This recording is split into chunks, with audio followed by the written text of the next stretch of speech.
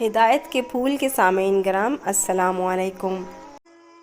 رزق میں کشادگی کا ایک ایسا عمل جو آج کل بہت زیادہ لوگ نہیں جانتے، وہ ہے اللہ کی راہ پر نکلنا، اللہ کے راستے میں ہجرت۔ اللہ تعالیٰ کا ارشاد ہے، جو کوئی اللہ کی راہ میں ہجرت کرے گا وہ زمین میں بہت سے ٹھکانے اور بڑی وسعت پائے گا۔ ہجرت دارالکفر، جہاں امور ایمان کی ادائیگی کی آزادی مطلوب ہو، سے دارالایمان کی طرف نکلنے کو کہتے ہیں۔ حقیقی ہجرت اس وقت ہوگی جب مہاجر کا ارادہ اللہ کا دین قائم کر کے اسے خوش کرنا ہو اور ظالم کافروں کے خلاف مسلمانوں کی مدد کرنی ہو۔ اس قسم کی ہجرت تو مخصوص حالات میں کی جاتی ہے، تاہم ہجرت کی ایک اور صورت ہر وقت انسان کے لیے ضروری ہے۔